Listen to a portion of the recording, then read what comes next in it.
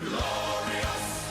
No, I won't give in. I won't give in till I'm victorious. And I will defend. I will defend.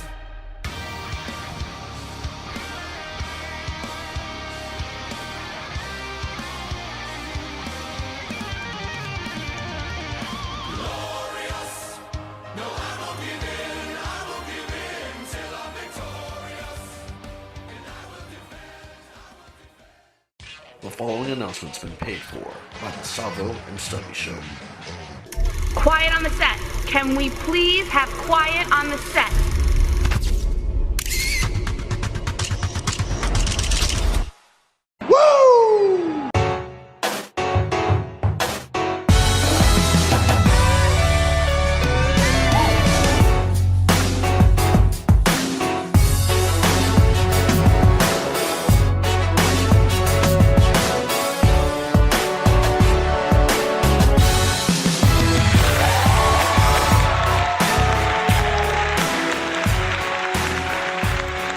What is up, wrestling fans? It's me, S-T-U-B-B. Why? Because I'm the man, the myth, the legend, the mighty minute himself, Stubby. Coming to you from the newly renovated Kayfabe Studios in Turlock, California. And I am joined by a colorful cast of characters this week. He is the godfather of this podcast, the enigmatic, charismatic Greek mystique, Savvo the Savior. What's up, everybody? And one half of the Next Up podcast on the Savvo N Stubby Show network, the second most popular podcast on this network. He is none other than Glorious. STEVE VACIO. What's up, brother? What's up? What's up, guys? Stage fright. Thanks for having me on. It's good to have you Glad to be back, here. man. We've been on a hiatus for Next Up, and I kind of want to get back into it again. But that's a lot of programming to have to take notes for and talk about. And really, it wasn't until this week WWE finally stepped it back up to where I'm interested again. And there's a couple storylines that got my attention. In NXT or just in general? Just in general. Monday Night Raw. I mean, it sucked that the Hell in a Cell pay-per-view really did not carry on any storylines that were worth mentioning. But it ended on a nice note. Something that we haven't seen in a long time. You know, we haven't seen a swerve like this in a pay-per-view that made you want to watch the next SmackDown. But a lot has happened this week. Simple things like the Shield reuniting. Enzo Amore losing the title. What's his name? Neville potentially leaving the company, and the most anticipated reuniting of the what are they called? The Bludgeon Brothers. Oh yeah, the Bludgeon Brothers. What a waste of a course. gimmick. So That's so 80s. they sat out for the last 4 months just to be repackaged as themselves with hoods on. They got hammers. Yeah, they got Thor's hammer apparently. They're going to have a hammer match against Triple H. I would have loved to have seen them back with the Wyatt family. To be honest with you. Totally. Not to say that it can't happen. You know, maybe maybe this is just a test run. I mean, they did it to the Colognes a couple times, and they're still They changed the colognes like a couple times in a couple months. They changed it up pretty quick. yeah. And what were you guys' thoughts on the really anticipated Fashion Files that apparently they never even announced who was attacking them? Didn't the Bludgeon Brothers just show up as a vignette? I forgot what match it was after that they showed it, but I don't think it tied into. Like, it wasn't like a big reveal. I just put together that, you know, Bludgeon Brothers, 2Bs, they're the ones who did it, right? That would make sense. And then So that's what I would assume, and you know, that's. and if not, then you gave me credit on the group page for no reason, and I looked like an idiot. Oh, I didn't even realize that. That's what.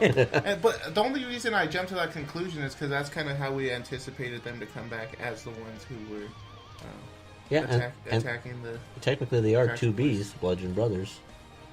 Unless there's another faction that we're not thinking of that's B-related. Pretty much the whole SmackDown show was B-related, huh? It was a B show this week? Pretty much, yeah. Yeah, basically. a lot of flatness. So what's new with you guys? Anything happened the last week since the last podcast? Steven, you've been out for, the last 6 months now? Give or take? Has it been that long? It has been, huh? It's ironic because the NXT, or the Next Up program that we had, only had 5 episodes, but it almost has as much views as our regular programming now, which I has 20. wonder why. Yeah, it's when you bring your A squad over to Yeah. yeah. But welcome back. Thank you. So, with you being the guest of honor this week, what is one of the topics, if more than one, that you would like to talk about that's resting on that mind of yours? The biggest thing for me was from Hell in a Cell anyways, was the Kevin Owens Shane McMahon match. I thought it was an excellent match, man. It was, and you know what? I don't know if it's age. I mean, maybe it's just me. After seeing Mick Foley fly off that cage and then Shane doing the dive, a couple years back, I felt really uncomfortable with them being on top of the cage. It was not, one, it was nerve-wracking to see him up there, and two, it was too long. Like, as much as I'd like to see, awesome, oh my god moments, I felt really bad for the chance that they could fall off or fall through the cage. It almost looked like they were trying to at one point. I thought it almost looked like the top was going to give through, that's why I thought it was going to happen. And it was even more convincing that they were working that area too. And like, they didn't work any other part of the cage except that one 6x6 section. Right, it was always in it was always in that same spot there. I wonder if it was supposed to break and it didn't. I mean, but can you imagine? I mean, if Mick Foley, and given the chair was what really damaged him the most, hitting him in the mouth on the way down, but Kevin Owens is not a small guy. That's a lot of weight to come down and hit that mat. Unless they had one of those dummy mats that's kind of under the ring. You know how they have when Kane came out from under the ring? They had a section that they slide out and climb through. Maybe they had a crash pad that was under there just in case. But still, it's... Yeah. 20, what is it, 20 feet? 20 plus feet? Yeah. What were you guys' thoughts on the me killing the kayfabe and saying that the tables were padded? Which actually wasn't a bad thing. I mean, safety they first. They got to do what they got to do to cover their asses, shit. But I actually watched Raw when Braun Strowman went through the table the following Monday, and their table was padded too. So I wonder if that's just a new thing they do, because there's so many table spots on a... So do they just have a pad underneath the top wooden part? Or No. is the top wooden part just a pad? The top wooden part's just like a ring, except it's black. So, I mean, it takes the impact. Kind of looks foamy. Don't get me wrong, I wouldn't want to get powerbombed onto a foam mat, whether or not it's supposed to break the fall or not. It's still going to hurt. You think Shane taking these bumps like that is still necessary? Or No, and honestly, I think it was too soon. I mean, he did it 2 years ago. I mean, the reason why his bump against The Undertaker was so big was that it was, 15, 20 years from the previous time it was done? Oh, yeah. So, I mean, it gave time for you to, digest it. So it made it new again. Yeah, a lot of people are against it. Don't like the idea of him doing shit like that. So what about you, Savvo? What was your big moment of the week in wrestling? Oh, of the week? Actually, Sammy turning heel. It'd be a really funny vignette for that. This is me writing again. Is that you have Kevin Owens doing vignettes with Sammy in the back because Sammy doesn't know how to be a bad guy, and it's Kevin Owens teaching him how to be a heel, and Kevin Owens walking by and smacking food out of people's hands, and taking. I think they need something like that because that promo they did together, Sammy wasn't doing a very good job of being a bad guy. He was still kind of facing it up and getting justifying what he did. It didn't feel like a heel type justification for. Even though it is a heel turn, I don't think has it in him to really be a heel. Imagine the vignette too, Kevin Owens is one of the bathroom stalls, and there's someone in line to go next, and you see him take the last strip of toilet paper off the thing to show him that's how you be a heel. the WWE can do so much more with this. But to jump back, the previous week we had the supposed Bullet Club invasion on Monday Night Raw. Did you guys hear what happened to Jimmy Jacobs recently? Yeah, he got fired. Yeah, because he took a picture. Yeah, with the Bullet Club. Right. I don't think there was any ill will behind it, but he's already jumped onto Twitter and showed a picture of a T-shirt that he's come up with. Oh, really? Yeah, that says unprofessional, and it shows a newspaper headline with his picture with the Bullet Club. So I don't think Who's that? Who's Jimmy Jacobs? Is he a writer or something? He's a writer. He was currently a writer with WWE, but he was a indie wrestler from about 20 years back. Oh, really? Over the last 2 decades. I don't know anything he was in, but listened to some podcasts today. He can easily get a job. It just sucks that that's all it takes to lose your job. And for McMahon to do what he's doing is so chicken shit. Yeah, so with that said, are we going to see WWE sue Kellogg's because Tony the Tiger does the Too Sweet thing? Doesn't he? Actually, it was around way before. Or maybe it's a thumbs up. It was around way before who started it in WWE. But the reason why I bring up Kellogg's is they're releasing a limited edition unicorn covered cereal box. So Big E For the New Day? Yeah, no, it's just period. I think it's like a Fruit Loops version or something. Right, and so New Day or Big E posted, "Hope we don't get any cease and desists on this" or something like that. So I'm sure he's going to get some backstage heat. But then again, he's Big E. What are they going to do about it? Exactly. All right, so let's jump right into Monday Night Raw. I think this lead up to the Shield was inevitable. I think everybody saw it coming, but the way that WWE produced it and presented it was actually pretty well done. I can honestly say I got a little bit of goosebumps when it happened. When they did it with The Miz, when they came out, I wasn't digging it at all because they're going. I know Sheamus and Cesaro were there, but like the previous week or whatever they had, like The Miz and Curtis Axel and stuff, and it's like that's not a matchup there. That doesn't make sense. Because they're not strong enough heels to go against. Right, they're not on the same level. But even against Cesaro and stuff, I wasn't digging it. But when they attacked Strowman, I was into that. Well, you're jumping ahead. I was gonna say when we're talking about the Shield, right? When Roman cut the promo against, you can see where I went with Romo promo, right? Yeah. When he was cutting the promo against The Miz, when he said, "Who said anything about rumors?" That's when it really dawned on me. I would have had Seth Rollins come out first because Dean still doesn't strike me as a threat. Right. They didn't once come out do the crowd thing, right? They didn't come out to the crowd. No, they should have. I don't know. That was a missed opportunity. I don't know if Romo can still, or he's not quite yet to that level where he can go. Oh, he can be trusted around people. Yeah, people are still going to attack him. So I think he's playing it safe right now and just coming through the stage. But like you said, when they attacked Braun Strowman, the only problem I had with that is you had Braun Strowman lose against Brock Lesnar with one F5.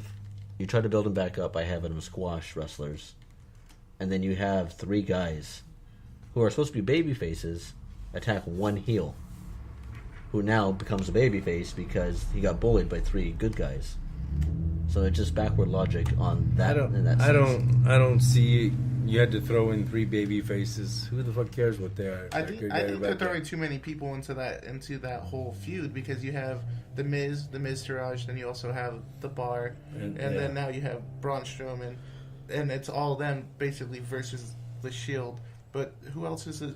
It's going to be 4 versus the Shield. Yeah, they're going to have Bo Dallas and Curtis Axel sit out on this one. Which is weird, too, because they had Bo Dallas absent in this episode. They didn't say what was wrong with him. They just said, hope you get well soon. I really feel like they could have left Cesaro and Sheamus kind of out of this, but, that's just me. And it almost makes the Miz Taraj even more useless than they are because, they're not even playing that backup role. Something I've been thinking about kind of the Miz Taraj is that why do they even exist? And then it dawned on me it's because Maurice is out, right? So he doesn't have that cheating factor of someone to help him win. So that's the only real reason why I say they're even around. And I say Bo Dallas and Curtis Axel jumped on the opportunity because hell, if it's going to get him on TV, and they weren't doing nothing. No. I had heard rumored that Bo Dallas was trying to grow a beard out so that he can join the Wyatt faction, but it looks like it's not growing that fast. So, I mean, we're not going to see it for another year. I heard that, and then he joined the Miz Taraj shortly after that, so that sucked. This is WWE's temporary booking, I guess.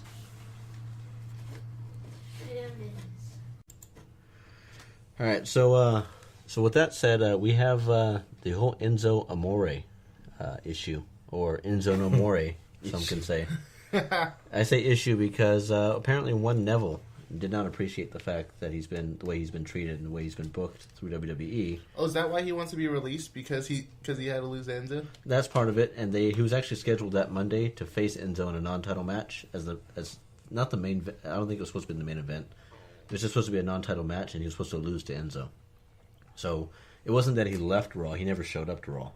Apparently, because he didn't want to do that. And then I guess he dropped a tweet on Twitter of a picture of his merchandise of his T-shirt, which was just a bland T-shirt with writing on it, and said, "This is not how the king of the cruiserweights deserves to be treated."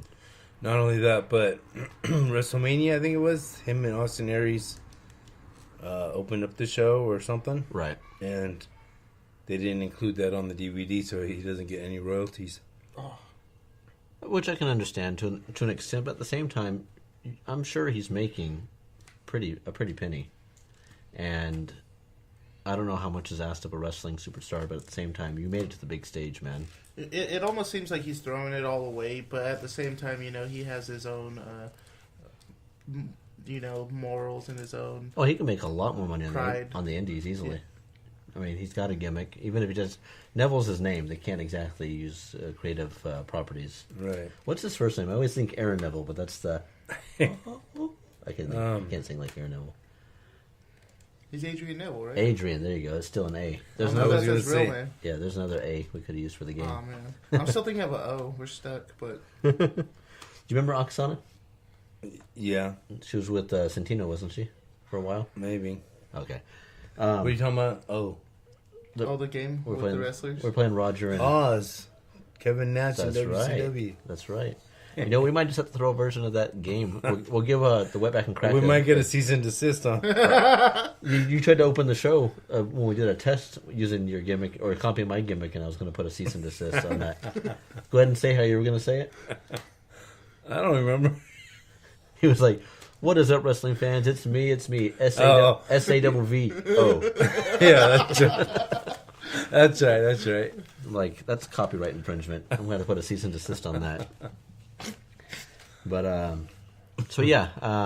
So with that said, WWE had to throw a curveball into the booking, and they booked Kalisto to face Enzo Amore, and they made it a title match, which tells me that Enzo's going to win it right back at the pay-per-view.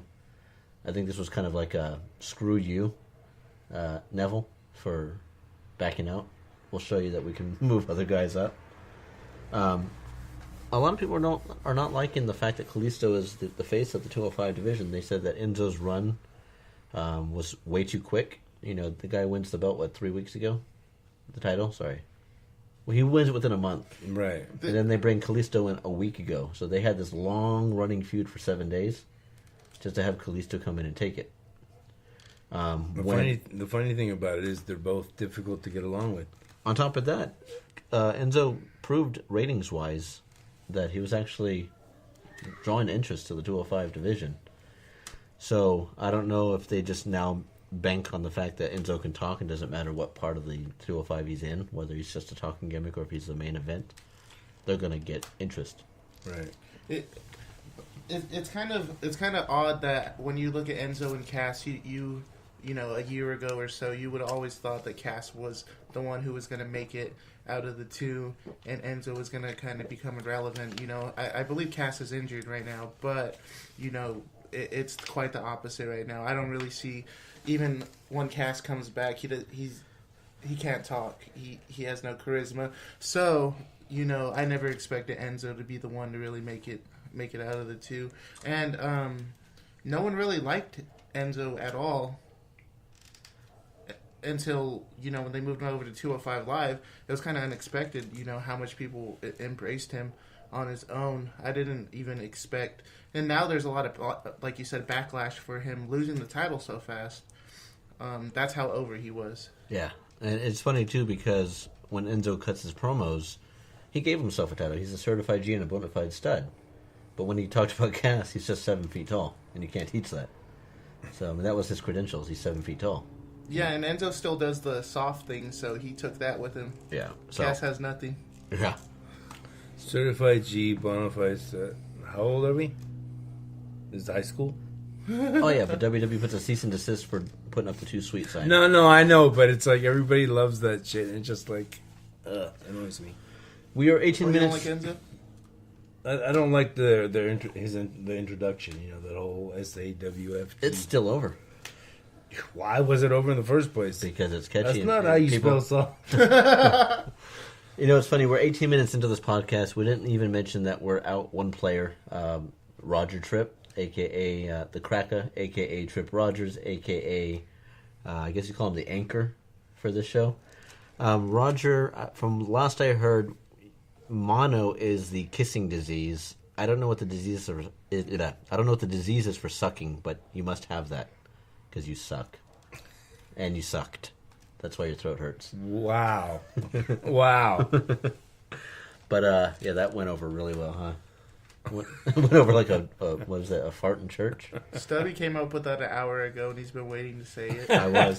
I lost track with it because there's so much to talk about this week in WWE. What else happened on Raw that stood out for you guys? The match itself, the Kalisto Enzo match, the lumberjack match, it was awesome. I loved it. It was a great match. That Surprisingly was entertaining. cool when they did. I can't remember what flip they did, whatever, but off the top. I think it was a superplex outside the ring onto all the lumberjacks, Yeah. and then I think it was holy shit or something like that. There was a chant started afterward. And then he hit the SDS on the top rope, the Salina del Sol. Yeah, that was badass. It's funny too because Vince Russo, I listen to his podcast every day. Don't judge me. And he was saying that there was no logic behind that lumberjack match because Enzo's supposed to be the heel, and everybody on the outside of that ring were like baby faces. So essentially, it was like 10-on-1, even though they attacked Kalisto at the end. And it's just funny that they were all attacking each other. Oh yeah, it broke it onto a rumble too. I thought that was pretty funny. Right. And another thing that really bothered me about that angle was that supposedly there was a contract in place that there was a no contact clause. Mm-hmm. And then Kurt Angle says he's going to put a hold on that for this match. Last time I checked, a contract is binding. You can't just say, we're going to pause this contract for a second so that way we can make this storyline fit because Neville decided not to come into work today. So, I don't know. Anything can happen in the WWE. What also bothered me was the fact that Jinder Mahal, who is your champion... Oh, wait, no, that's SmackDown. Yeah, you're getting ahead of yourself. That is. But yeah, Jinder Mahal, even though he was not on SmackDown, he did do a dark match. So why he wasn't there at the taping? Does it bother you that Brock Lesnar hasn't wrestled in like 4 years? No, it bothers... 40. I guess technically he hasn't really wrestled. He's done suplexes. He's rehearsed. He's practiced. Say it to his face. I won't. I won't. I will not. I didn't read into it, but there's a headline: Brock Lesnar against Jinder at Survivor Series. Huh? I don't Would they know still be I don't both know be the truth champions at behind that it, time? but Because that would be interesting. But then that also means they'd be holding the belts till now. There's also talks that they're building for Finn Balor versus Brock Lesnar at Survivor Series, and I don't know if I like that. I really don't. I don't see much of a Seems match. like a mismatch. And it's hard too because WWE right now, they seem like they're hiring cruiserweights across the board. I mean, you got Adam Cole, Bobby Fish, and O'Reilly. O'Reilly. Mm-hmm. O'Reilly. Yeah, all three of those guys are what, maybe 5'10", at most 220 pounds. And it's like these are the guys that you're priming for the future to take on people like Roman Reigns or Samoa Joe. It just it makes unless you can build these guys to be monsters, it makes the future look very bleak for the WWE. Well, look what they did with Eddie Guerrero. When he was in WCW, he was a small guy. Yeah, but you When look he at came him, to WWF, he juiced up. yeah, significantly. A little bit. You know, I mean, look at Benoit. So before I jump into SmackDown, I noticed that your Savvo six-pack has heavily to do with SmackDown, and I don't want to bury it. So I'll let you jump right into your Savvo six-pack, and then we will continue on with the SmackDown preview.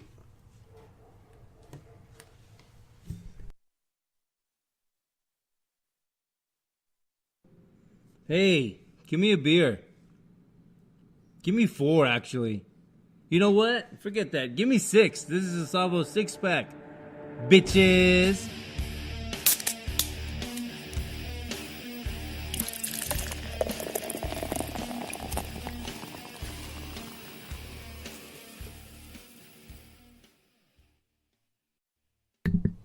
All right, let's jump into your six-pack, starting with number 1. Number 1, I got Baron Corbin as a new United States champion. You talked about it with the beer cracking. In fact, I don't think I even heard it. Let's try that again. Oh, I had the volume all the way down. Party foul. Oh, music's still playing and everything, man. Okay, go for it. Number 1, we got Baron Corbin, the new United States champion. Any thoughts on that, guys? I mean, it feels like it's the right thing to do simply to push AJ back into the main event picture. this also gives Baron Corbin a chance to shake off that heat he had from previous weeks, and also gives a chance for him to feud with the Perfect 10, Ty Dillinger. And if you really think about it, he's really the only person heel-wise that's a strong enough character on the SmackDown roster that can kind of ease his way into that doesn't already have a card put in place for future bookings. Plus, Baron Corbin is new, new competition for a lot of people on the roster, so it kind of freshens up everything. Yeah, I think they should get AJ Styles kind of out of the United States Championship picture so he could go on to bigger, brighter things. Speaking of AJ Styles, what are you guys' thoughts? The fact that he hadn't wrestled, we talked about it in last week's episode, that he was being saved for dark matches, but now Enzo's in that place. They put AJ back on the show. Would you be interested in seeing, AJ Styles versus someone like Jinder Mahal for the championship? Yeah, definitely. Because AJ Styles has the ability to pretty much bring out the best in everybody. He even made Baron Corbin's match on SmackDown look pretty damn smooth. And Ambrose. Yeah. So, I guess I never really realized. I mean, wait. I'm sorry. Was that a TNA guy? I know. Speaking of Impact, it sucked this week. Yeah, it wasn't very good, right? You set yourself up for that one. No, it wasn't very good. I can't get those 2 hours back of my life. I'm 35 years old. I can't afford to be losing hours, man. I liked it. I liked the part where Moose went to their gym and they beat him up and threw him out. He's playing the babyface. This doesn't work on this show, my friend. You are talking all kinds of shit in the car. You got to cut him some slack. Hey, I don't believe you. You're just trying to piss me off. No, okay, I get the fact that they go into the gym and everything. This is part of the Savvo six-pack, by the way.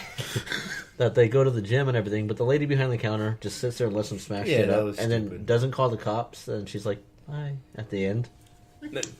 Not that it's part of the six-pack or whatever, but the thing with TNA right now,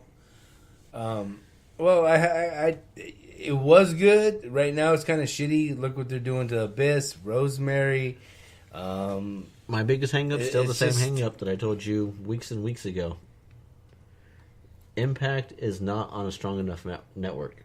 I mean, being on Pop TV, I was fortunate enough, or unfortunate in this case, to actually get Pop TV because of Hulu. Now I'm kind of wishing that channel didn't come included. And it's pretty funny, too, because I was telling Glorious that, you know what came on right before Impact comes on? Soap opera? Yeah, Young and the Restless. Yeah.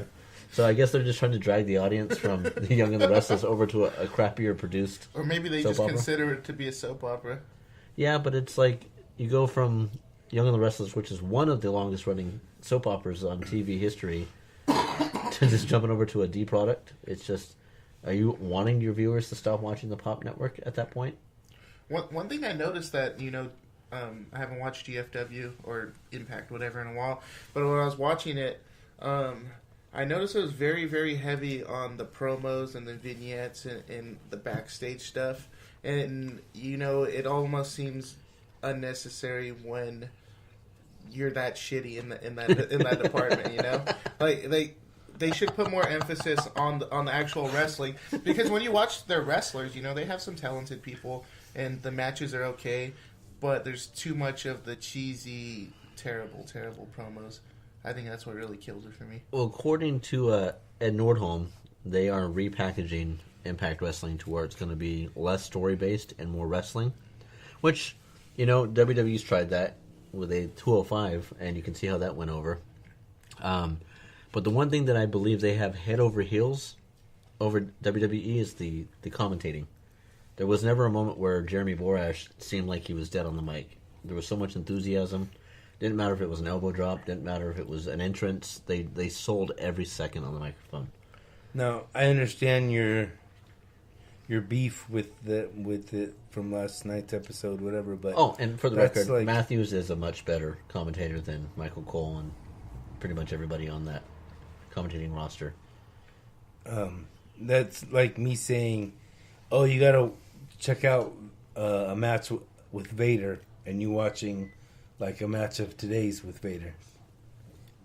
Although TNA could possibly get better, Vader's not going to get better than what he was. True. This is unrelated. I saw a video not too long ago where Sid was wrestling. He was in a match. Sid? Yeah.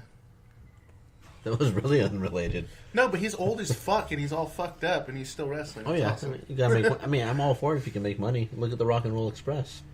They're gonna be at. Are they gonna be at Starrcade? Supposed to, I guess. I Against heard.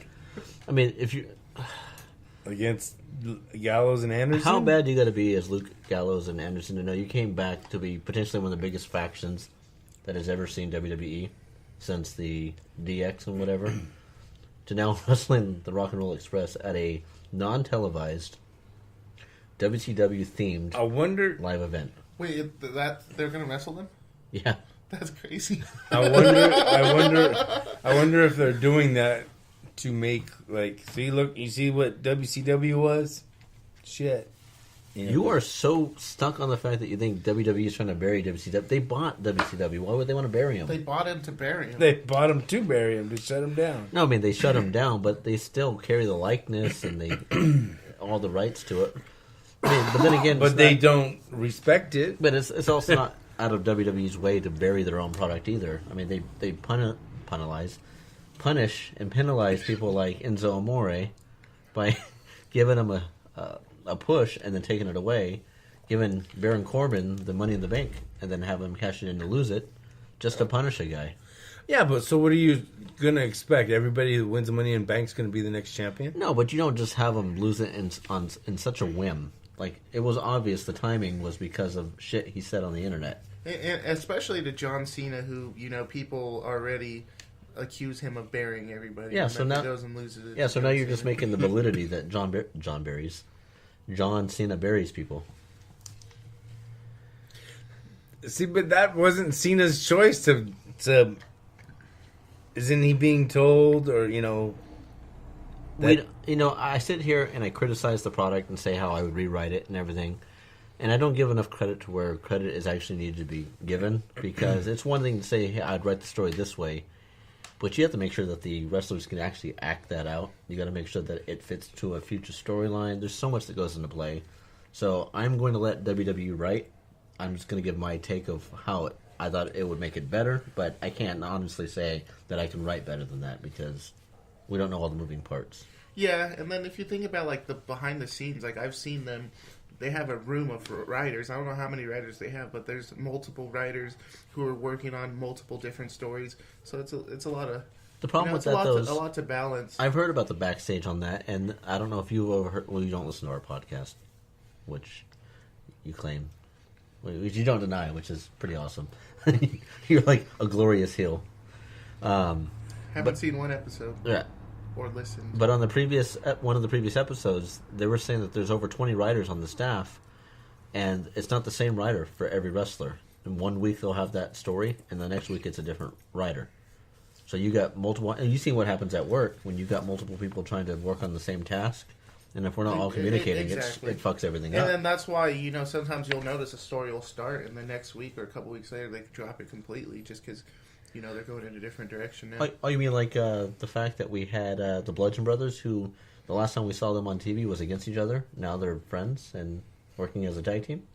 Yeah, you know, they turned Luke Harper face, and he was on his own for a little bit there. That is so disappointing. That guy was... He could have wrestled The Undertaker at WrestleMania. That was how over he was at that point. But Yeah, you know, people were disappointed when he lost that opportunity, and I really liked him on his own when he changed his look up and, you know, when he was doing his own thing. But now he's back in... They're putting him as Bludgeon Brothers. That's so I think bad. they focus too much on storyline, because if you look at it, people like Cody Rhodes or Drew McIntyre, they leave WWE, kind of go on their own. They're not buried by storyline and gimmick, and they make a name for themselves. They build themselves. And then you get someone like Luke Harper, which if he left the company today, I guarantee you he'd be a top star somewhere else. Think so? Oh, yeah. I mean, you got Dolph Ziggler, who's potentially leaving in November. Yeah, but what kind of look would he have? He could pull his hair back in a ponytail. I mean, he doesn't have... I mean, Drew Galloway didn't really change his look too much, and he got over. Yeah, but he was... I mean, not saying that he's not You know, talented. something that I kind of think about, you know, when you talk about stars potentially leaving the company and doing better elsewhere, you know, you got to kind of think of the other side of it. Is if there's so much money out there and it's so lucrative, then why are you still seeing these stars who were doing very well on their own, big, AJ Styles, Shinsuke Nakamura, why are they still coming to the WWE? Because it's the main stage. I mean, Right. a lot of these people have these goals set in place. This is where they want to end up. Plus, they like that stability. When you're on the road, I mean, I'd have to ask someone like Trip Rogers or Matthias, a.k.a. The Wetback, his take on it. But when you're literally, getting paid by the gate coming in the door, and you're living paycheck to paycheck, I mean, it might be great some weeks, but I mean, your next gig could be in Indiana, or you can be over in Japan, but then you might not get work for a whole year.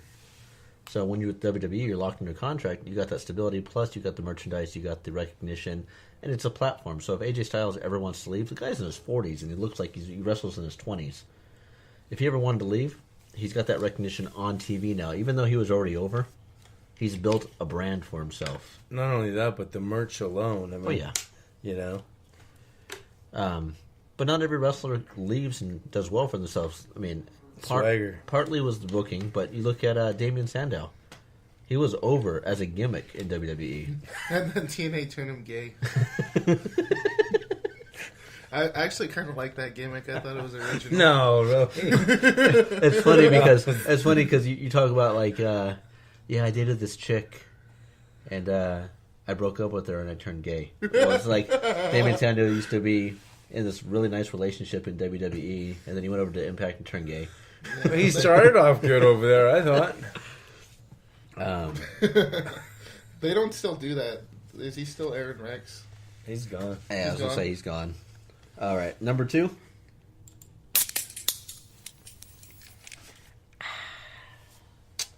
My number 2 is Sami Zayn turning heel. The reason I like it is because whether or not he pulls it off as a great heel or whatever, but I think he needs more of a push, and I think this can give it to him. Part of me thinks it was his own writing that swayed this. He actually covered the writers' asses on this. He played it off like he was this good guy for so long, and it got him nowhere. Right. But really, I think it was he's played this good guy because he looks like a good guy, and writing couldn't do anything for him, so the storyline fit. So now he can legitimately be a heel. He can be a heel that people like, kind of like The Miz, and not be like this asshole that no one likes, like Jinder Mahal. But I still believe you can make him a $1 million heel by having Kevin Owens cut vignettes with him in the back, doing heel things to teach him how to. Because he comes to him and says, "Hey, Kevin, I don't know how to do this heel thing." And Kevin's like, "I'll show you how it's a boat, a butte," or however Canadians talk. I don't know. Sami Zayn kind of reminds me of Cesaro, where they're super talented, really over with their group of fans, but there's just something, whether it be writing or their personality, that they're kind of stuck in the middle. So Sammy needed something like this, and I think it was the perfect opportunity because no one really seen it coming for him to do that. So it was a pretty big shocker, and he needed something like that because he's honestly just been a very high-level jobber for the past couple years. Which is funny because what we see is not over in the WWE are people that if they were to put on the indie scenes, they'd be over.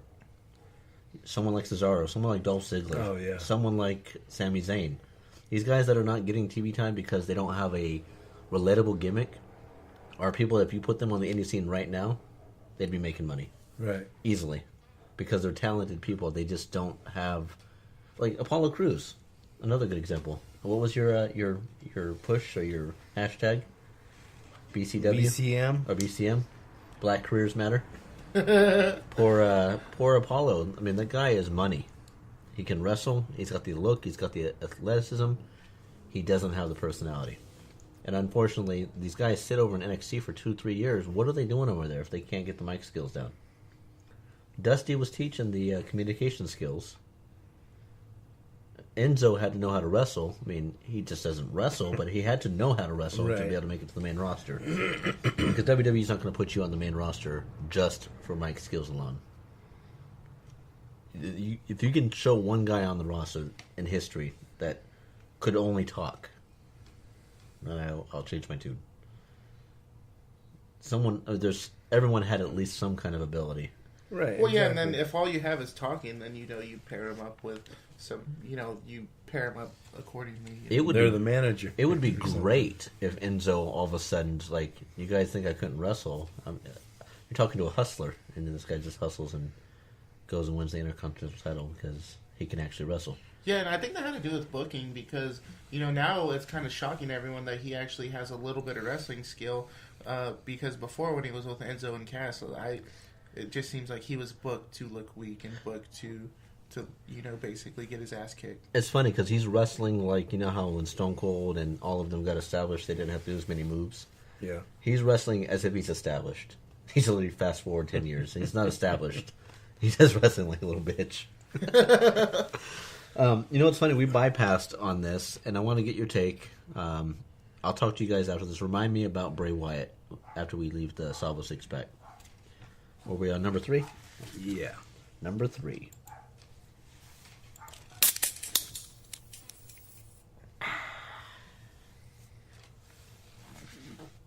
You know what? My number 3, I'm changing it because we kind of already went over it. Let's talk about the Bray Wyatt thing then. Okay. What are you guys' take? I made it very vocal on the Savvo N Stubby Show group page that I thought if they did the Bray Wyatt angle with Sister Abigail as Bray Wyatt being Sister Abigail without any like dressing up in drag but doing everything post-production to where Sister Abigail's the spirit within him, that this would be a good gimmick.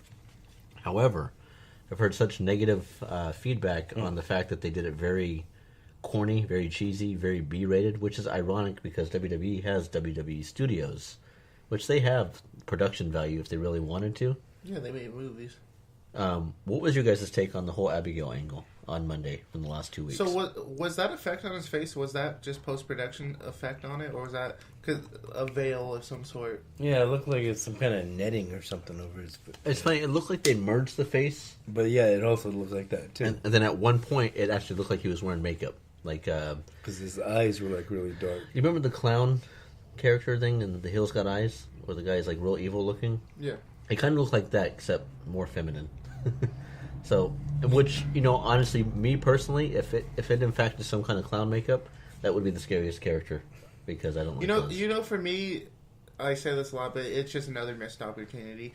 They really could have got away with actually bringing in a girl wrestler. Doesn't even matter who it was. Doesn't matter if it was Paige or if it was Ruby Riott or if it was Eva Marie. Yeah, exactly. It could have been anybody, but they could have got away with it because we're all buying into the story that it is her spirit that is essentially possessing them. So that they could have very well pulled it off. It would have went way over, but then now instead the route they went, everybody hates it. They're saying it's stupid as hell.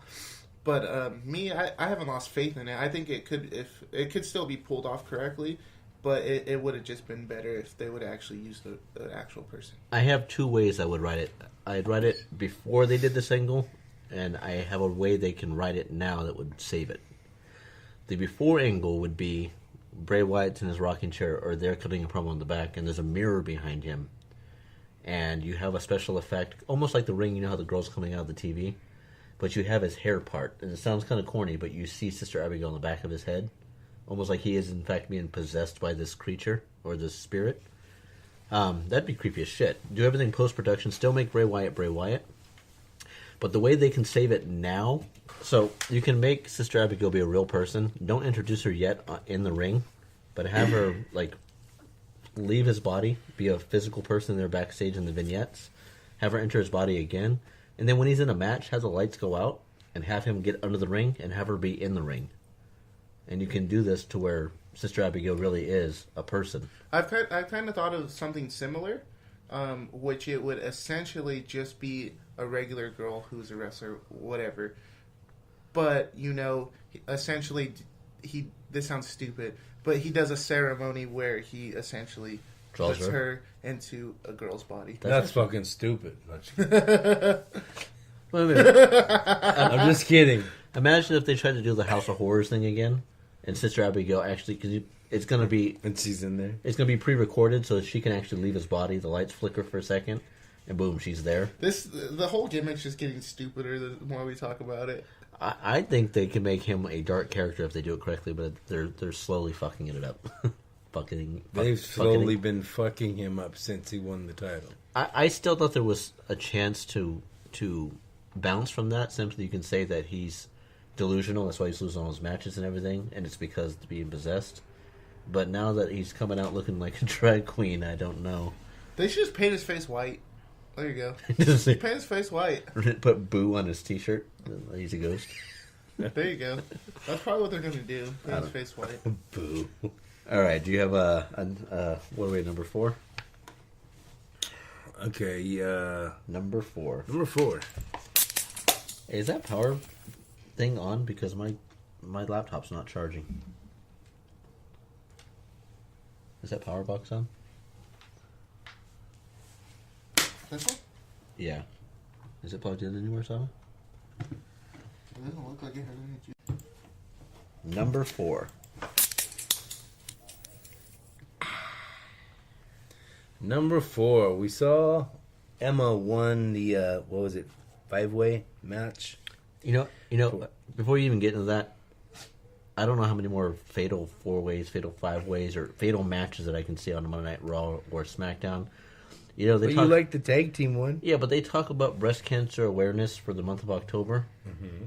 We have a lot of wrestlers that survived these fatal 4-ways and fatal 5-ways. They're the true heroes here, don't you think? Anyway, that's just lazy fucking booking. It really is. When you can't come up with a storyline, so let's just throw all the girls into a match each week because. But the story is the winner gets a title shot. Was there anybody really there that you believed were going to have? It wasn't even a title shot. It's to fight Asuka. Oh, she did. Well, right. Sorry. God, even worse. Yeah. But yeah, I mean, normally it's for a title shot, but yeah, to fight Asuka. All right, go ahead, Emma. With Emma winning, is that they're just giving her the win so she can lose against Asuka? Exactly. Right. She's gonna get squashed. Yeah, I mean, I thought that was pretty fucking lame. It is because Why not? I mean, if that's the case, why not give it to Fox? exactly, or someone unless they're going to actually have Emma win, which is going to baffle everybody. The reason I say Fox is because Emma's more relevant right now than Fox. Right. But can you imagine if Emma actually wins? How much that's gonna? That'd be cool. Is Alexa Bliss still champion? Yeah, it's gonna bury Asuka. That'd be awesome, actually. If the thing I'm worried about is if they try to put Asuka straight into the title picture, is that in the NXT the only reason why it kind of worked for her is that she was a heel and she was cocky, and you can be cocky in Japanese and it translate. But if she comes over here and she's going up against Alexa Bliss, she's probably gonna have to play the face role, which means that she's probably going to be in a Shinsuke Nakamura type situation where it might just not work out for her. Ooh, what if we see a flip? What if Asuka's undefeated in NXT? She comes over to the main roster and WWE understands that NXT doesn't translate to WWE or to the main roster, and they have her start losing all these matches, and then you start feeling sympathy for her, and then she starts to do the build. Then she starts becoming Bayley. Because really, if you think about it, they can't. If you think about it, they can't really keep her undefeated. I don't think they will either. I think they will, because I think it has to do with her personally. I feel like she really fucking has something against losing completely, because I don't know. I maybe she's just that good of a heel where she makes me feel that way. But how long do you guys think until we start? This is gonna be Booker T's favorite wrestler for Monday Night Raw. I can guarantee it. How long do you we hear him saying "Ah, sucker" for Asuka? I don't think he's going to do it. He's gonna say it wrong. He's not gonna say Asuka. He's gonna say "Ah, sucker." This is my favorite girl. Well, why did I say that? Does anyone else think Booker T's getting kind of sad? Like, he's starting to say a lot of stuff that doesn't really make a whole lot of sense. It seems kind of lost out there sometimes. Which I think is a shame, because, I mean, I went back and watched on YouTube when WWE was on The Weakest Link back in, like, 2004, 2005, and Booker T was answering, like, they asked what holiday is celebrated in the month of October, you know, whatever, and he said Thanksgiving. He was meant to look like an idiot on TV. What was this on? The Weakest Link. That show where they used to, like, drop him to the floor. Oh. You know, when you would, like, you'd have 8 people, and they'd ask a series of questions, and whoever got the most right is considered the strongest link, and whoever were the bottom people, you can vote him out. And Booker T got voted out right away because he got all three of his questions wrong. But one of them, she's like asking what holiday was celebrated in the month of October, which is supposed to be Columbus Day, but he said Thanksgiving. Which, in his defense, there is a Canadian Thanksgiving that happens the same time as Columbus Day. I don't think he was thinking about that, though. No. I was gonna Because say he Halloween. even went like that afterward. Like, he realized he made an idiot bonehead move. Sucker. Number 5? Yeah. All right, number 5.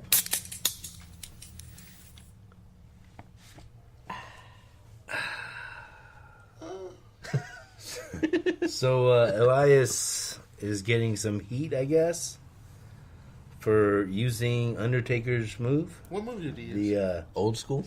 yeah, where he climbs to the top rope and Oh, hits their arm. yeah.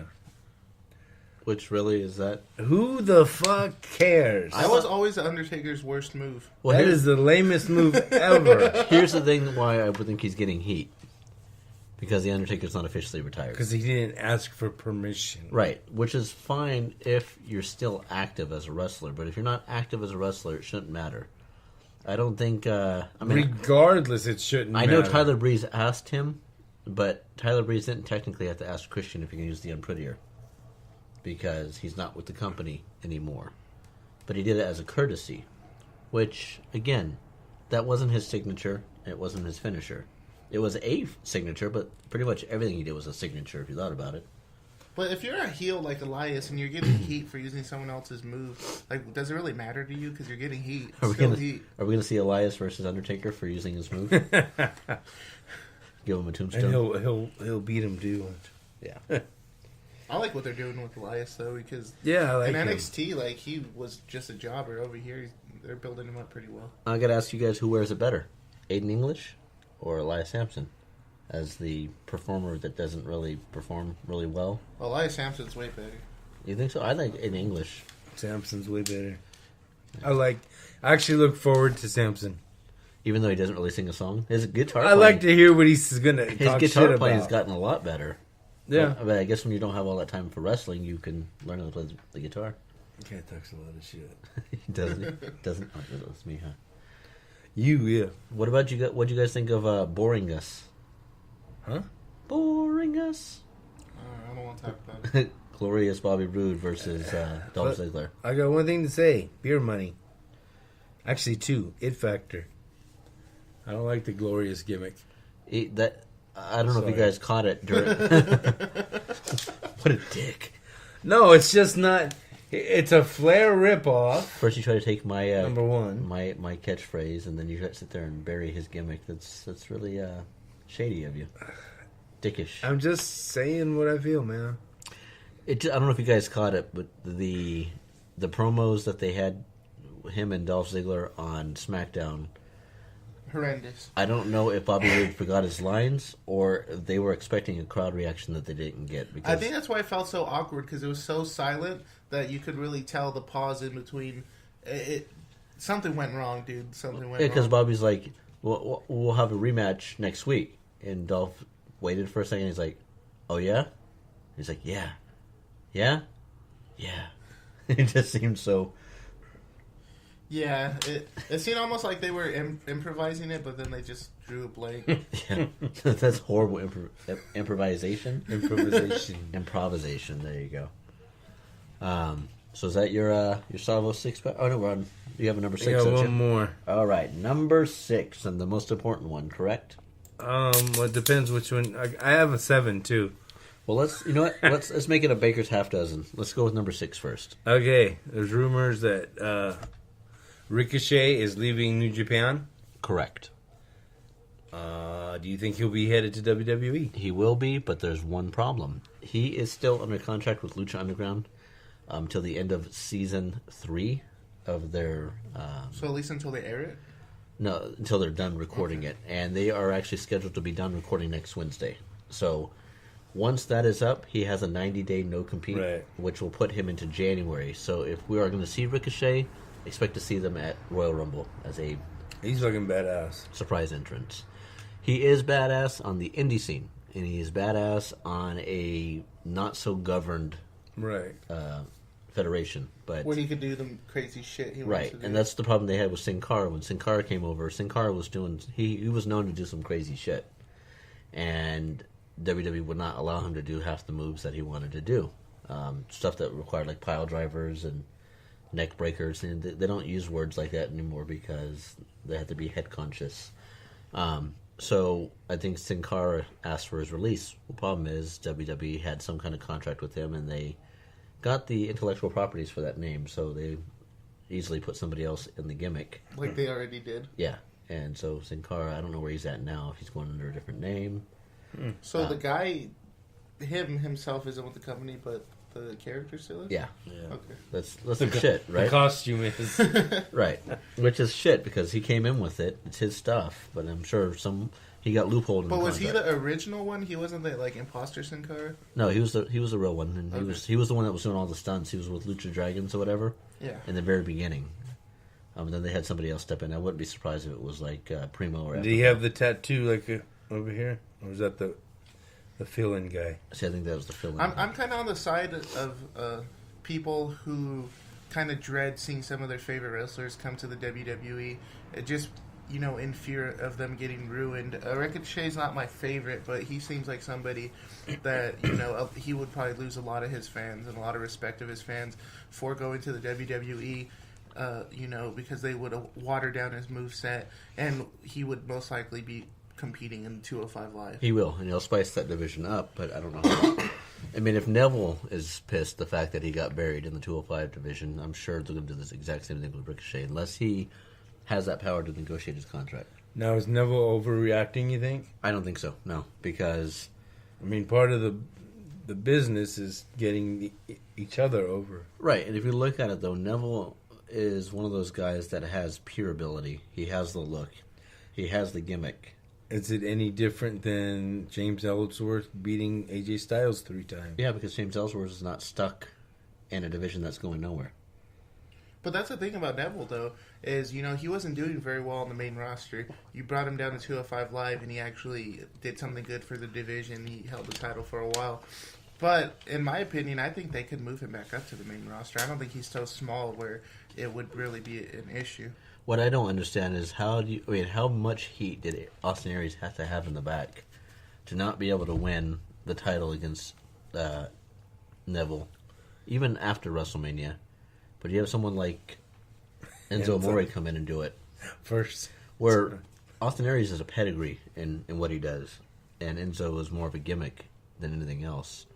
I'm sure Enzo can wrestle a little bit, but not enough to carry that division. I mean, Right, it was really his exactly. words that were doing it. I felt like Austin Aries should have won at WrestleMania. I felt like that was his moment. Yeah. Even if they had him lose immediately afterward, I really felt like they should have gave it to him. Because I remember it being a really good match. He's very arrogant, though, and inappropriate. But in WWE's defense, it's not the first time they put a match on the pre-show that they should not have. I mean, look at the New Day. 2 times they were the pre-show. And then WWE finally got the hint and put them on the open for this last pay-per-view. And it was one of the best matches on the card. So it's one thing to get mad because you're not... I mean, he should be grateful, period, that he was in WrestleMania.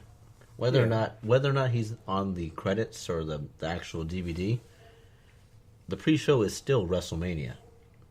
It's just it's an over-talked promo hour or two of the show, but it's still the show. You're at the arena, you're in the ring. I mean, everything that's being done is considered WrestleMania.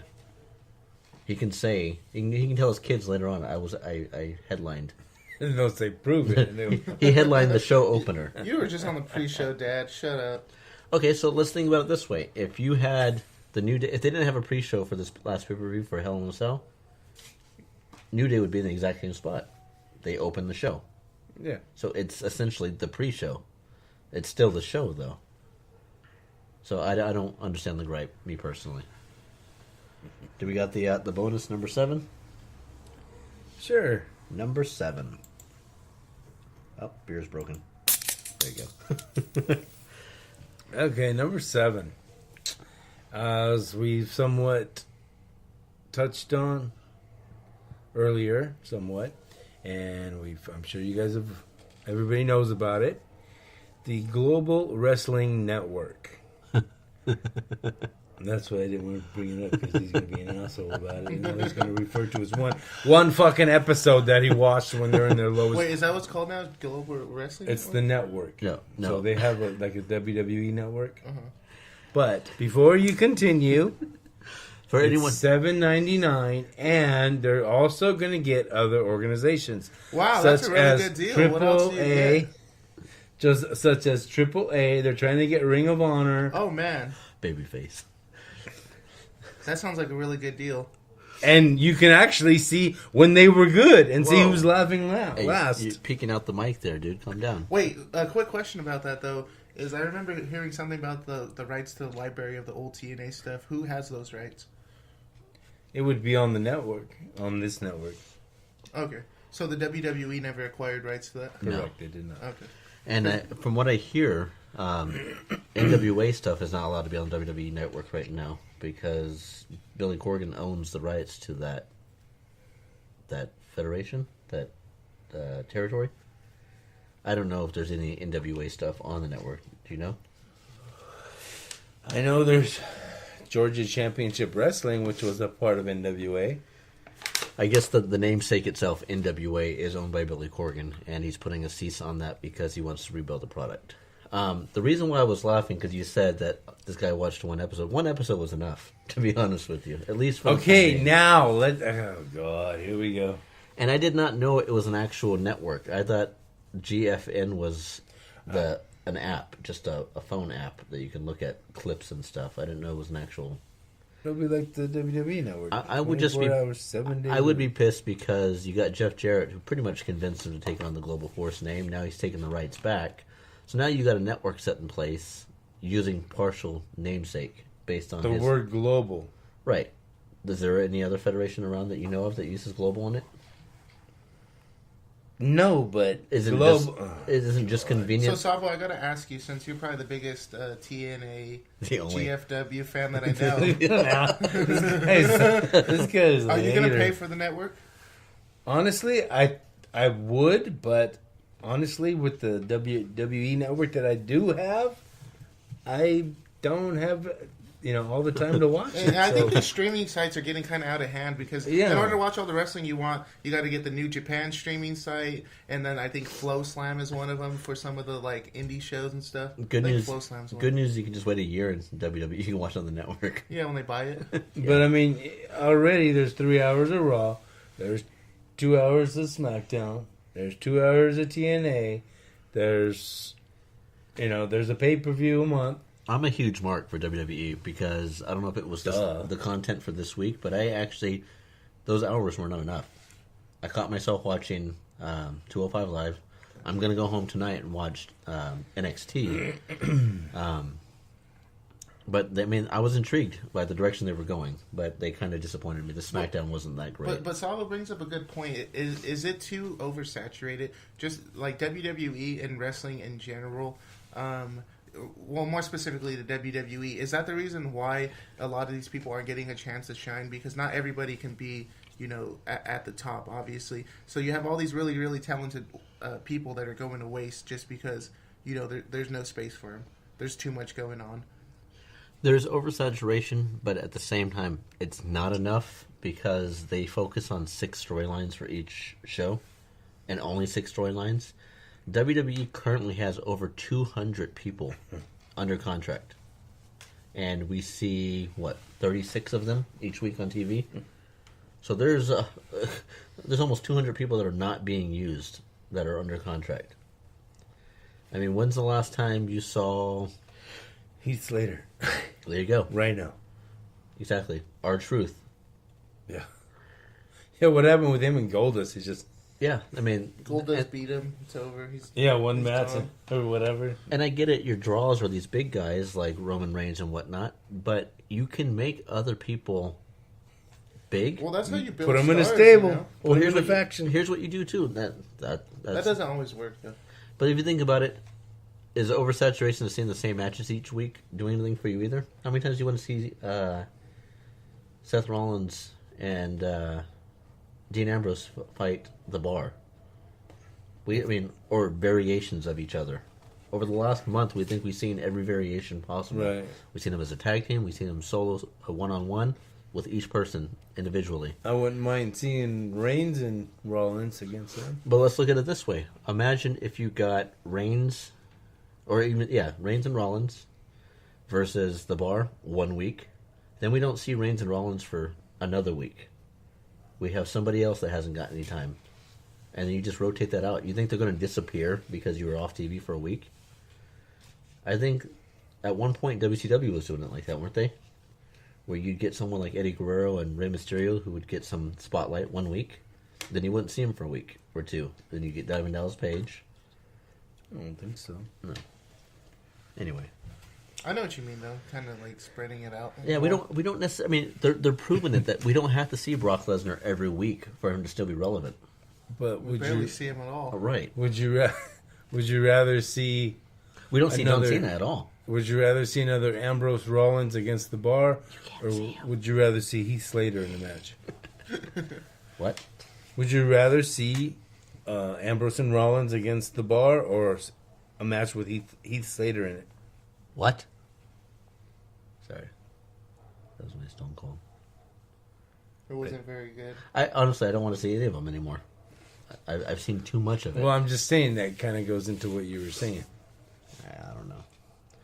They Anything have else? to be relevant. Yeah. Anything else you guys want to talk about before we wrap this thing up?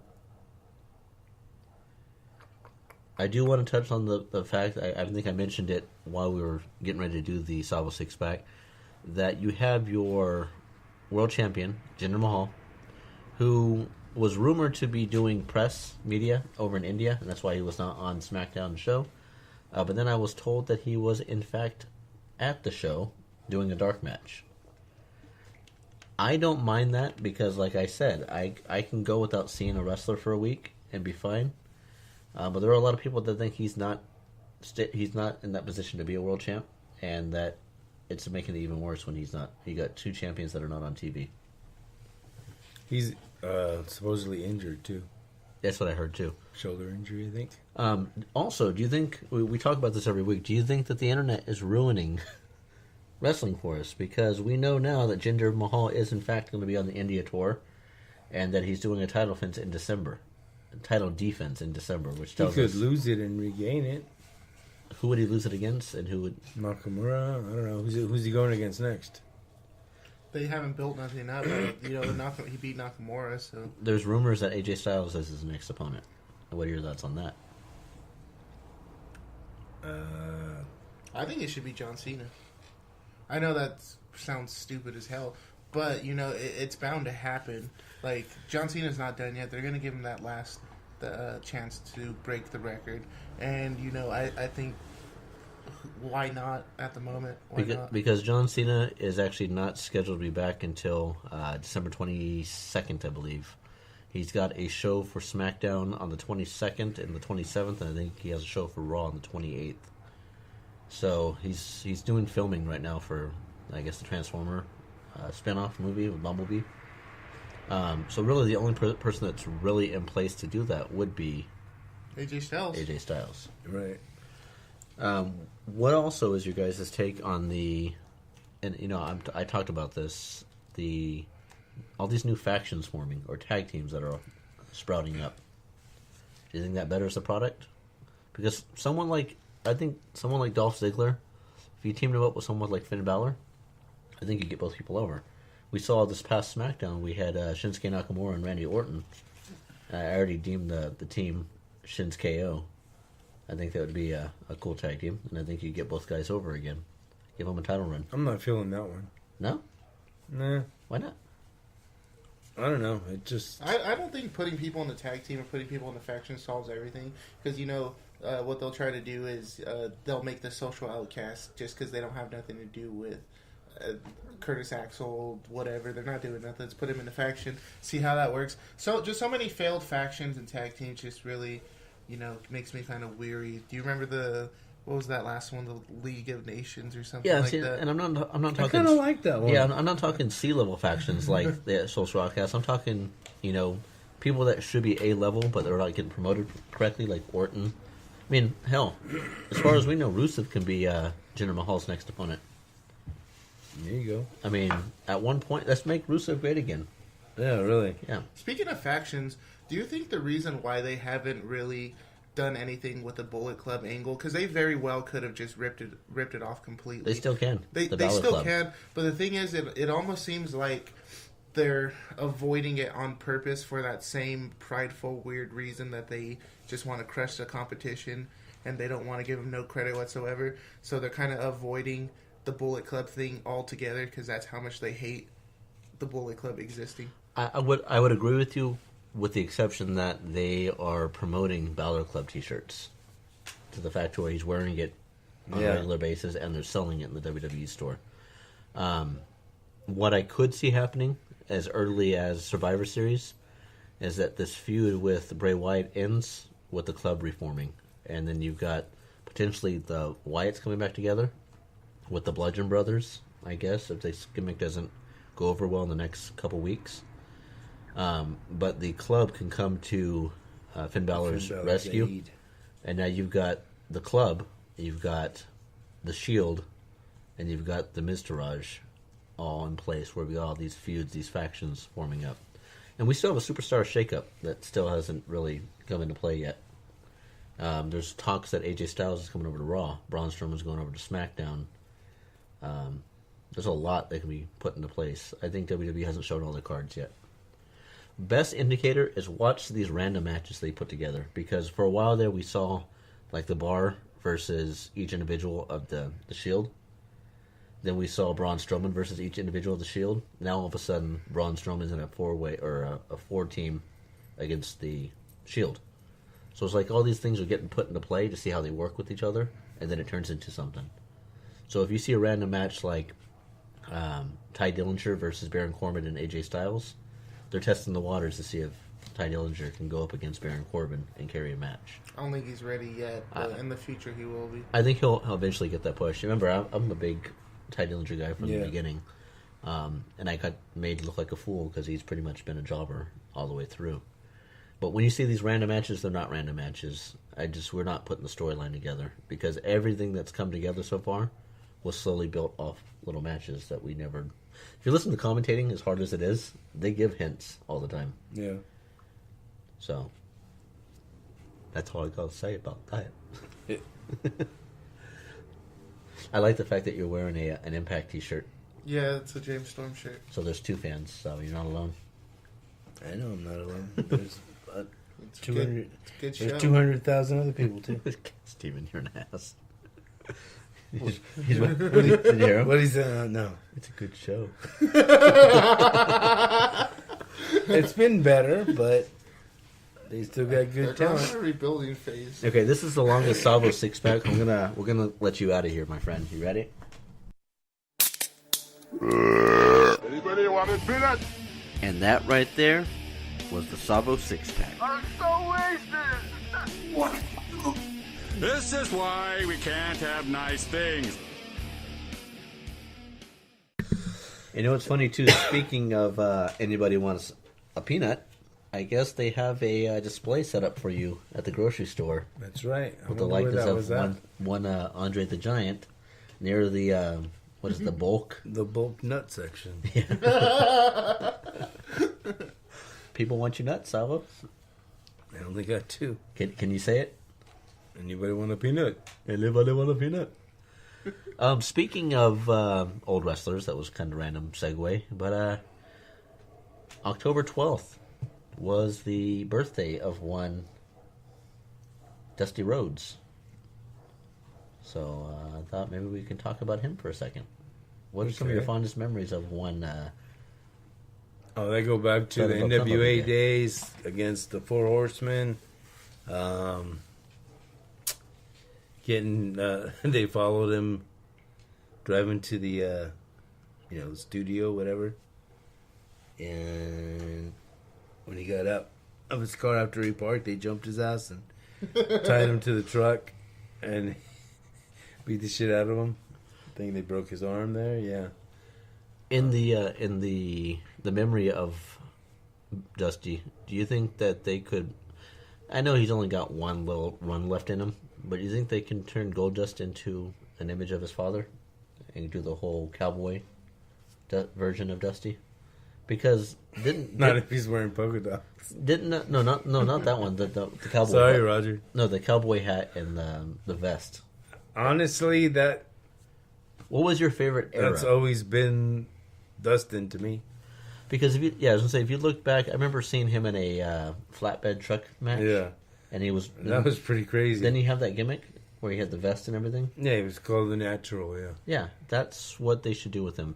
Give him one last run, and then Take that fucking makeup off. have Cody come back for one last match to retire Goldust. I think that would be great. To retire him? Yeah.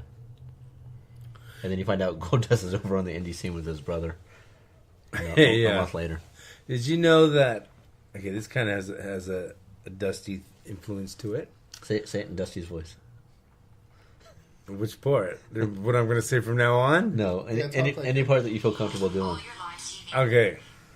Well, let me tell you something, baby. You remember Ted DiBiase's right-hand man, if you will.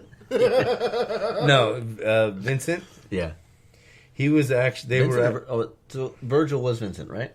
Correct. Okay, so I was right. You were right. Let me tell you the story behind it, though. When he was Virgil, he was in WWE. Right. WWE was talking shit about Dusty. Dusty's real name is Virgil. That's right. When Virgil came to WCW, they retaliated by calling him Vincent McMahon. That's awesome. There you go. That's pretty damn smart. Another thing I want to bring up with you, I asked you on the phone yesterday. I heard a thing about, maybe Steven can look this up. Michael P.S. Hayes. I guess he did commentating back in the day with Jim Ross, and I found out the initials P.S. stands for the Prissy Sissy. Does that ring a bell at all for you?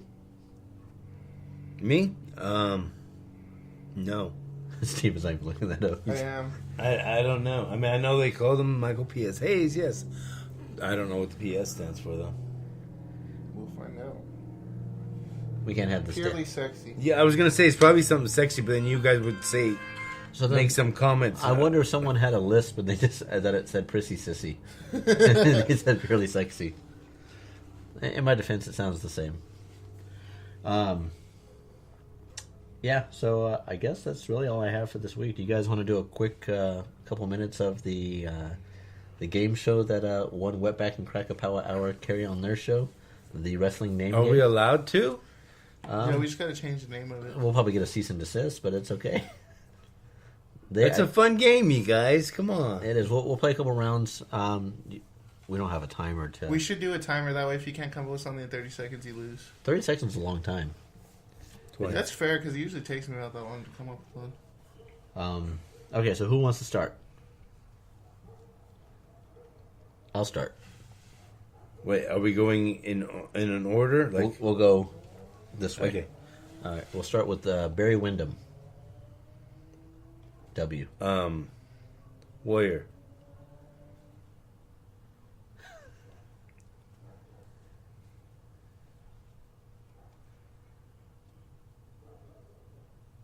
Are we timing this? Yeah. 10, 9, 8, 7, 6, 5, 4, The Wall. 3, 2, 1. Steven's out. William Regal. Shit. The Wall. William Regal. Oh, R? Yeah. Rick Rude. Ric Flair. Rick Steamboat. F.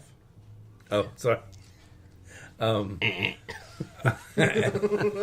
F. That was a hard one earlier. Frank Gotch. Ah. Gene Snitsky. Did I say Sting? No. No. Sting. Psycho Sid. Sami Zayn. Zack Ryder. Um, You have a 10 second. Robbie E. Elijah Wood. Wait, is there Elijah Wood? No, he's an actor. Elijah Burke? Elijah. That was the name I was looking for earlier. Is that Elijah Burke? Yeah. Okay. Elijah Wood. Frodo. Yeah. I just spit on you, sorry. V. Brian Pillman. Percy Pringle. Paul Heyman. Haku.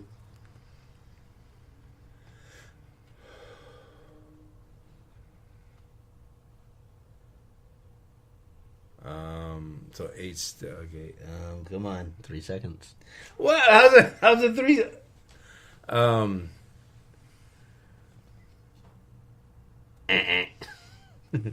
Heath Slater. Hakushi. Yeah. I'm sure there's more. Anyway, guys, thank you for listening to this point. This is the Savvo N Stubby Show, and as always, it's me, STUBB. Why? Because of the man, the myth, the legend, the mighty minute himself, Stubby. Blah, blah, blah, blah, blah. Wasn't that the? Isn't it's like your intro is the same as your exit? You want a different outro? Thanks for listening, guys. Solo out. Thanks for having me, guys. If Bobby Roode doesn't stop sucking, I'm gonna change my name. Hit factor. See, that's always gonna be. There's there. the heel that we were looking for. He's played babyface the whole episode. Decides to play heel at the end. Gives us 10 seconds of his best material. And as always, you can find us on Spreaker by going to the Google Play or the Apple Store, download the Spreaker app, click on the corner little magnifying glass thing, and locate the Savvo N Stubby Show. Boom, we're in your pocket. Boom, we're in your ear. Also, you can find us on Facebook.com. On any device at home. TV on every Wow. I guess this guy was already ready to get out of the show. He's still playing it, too. He's not even trying to stop it. Yeah, he's playing the heel way too late. You can check us out on Facebook.com/Savvo N Stubby Show, or you can check us on YouTube at YouTube.com/Savvo N Stubby Show. Also, be sure to check out our affiliates. That is the Wetback and Crack a Power Hour. They are back, and they are back in limited form. You get an episode every month or so, I think, something like that. The Wetback and Crack a Power Hour. Also, make sure you check out them. CWA is coming to Hilmar on November 5th. You will see Trip Rogers and Matthias both in action. They are the hosts of the Wetback and Crack a Power Hour. Also, be sure to check out the No Gimmicks Podcast at No Gimmicks Podcast on YouTube or on the Facebook page. And as always, wrestling's real. People are fake. Stubby out.